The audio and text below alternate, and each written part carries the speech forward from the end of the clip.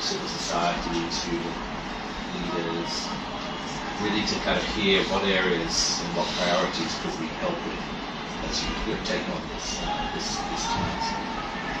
I think in your ministries already there are some very important issues, particularly in the ICT citizens, how to really build that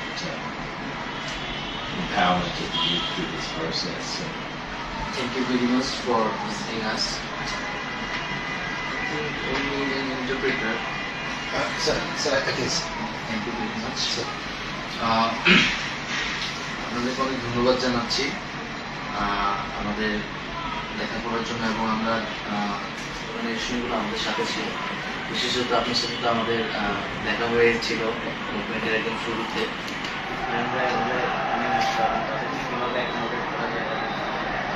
মুভমেন্টের ঠিক পরবর্তী সময় আমাদের traffic police ছিল।